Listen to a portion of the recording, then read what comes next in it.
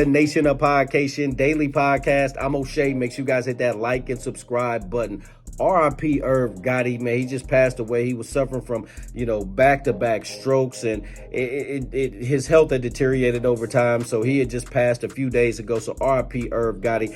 A lot of these interviews have been repopulating of him dropping jewels, dropping knowledge since, the former mogul who had just sold his masters for $100 million and got a $200 million line of credit from the company that bought him so he could start a little film division. He was trying to get himself back together, but at least he got that $100 million secured, locked in for his family before he, passed away. Anyway, Irv Gotti says in this interview that Jay-Z and Dame Dash tried to sabotage DMX's career. Now, Irv Gotti was there at the beginning of all that. He was there with Rockefeller. He was there with DMX. That's how he kind of spawned Murder Inc. off of that, and he took Ja Rule and they kind of built their own empire like that. So shout out to Irv Gotti. He took Ja Rule and made him a mega star. Ashanti was a mega star. He had Lloyd, a mega star. I mean, they were doing big things over there. He even had Nas with him for a little bit. So shout out to Irv Gotti. He put his stamp on hip hop, but he tells this story about how Jay-Z and how Dame Dash tried to sabotage DMX,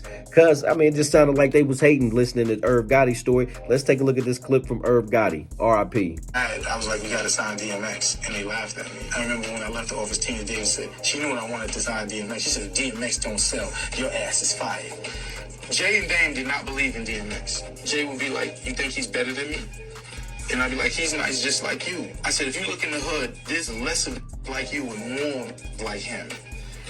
Yeah, but don't want to live that. He's depressing, Gotti. I said, I don't give a f. So Jay used to watch me grind with X, and he was off with the Hitman. And then something strange happened when I made Get At Me Dog. If you remember at the beginning of the video, it's the Harleys, dum-dum. DMX, dum-dum. Live at the tunnel. Y'all don't even remember the tunnel. Funk Masterpiece, dum-dum. And then I put that sound bite. Let's take you back to the streets, mother. Dum-dum. The videos flashing, f***ing up your eyes, it caused change. And now, there's no more shiny suits. We back to the hood, and X is the leader of this revolution. I used to put on the wall a triangle with 5. And it was like, they used to clown me. And they used to be like, who's gonna buy his records, Gotti? Chihuahuas, he's barking. No one wants to hear that bull. And I'd be like, yeah. So 5. It was no more writing on the walls. It was, y'all can get behind me. I used to tell.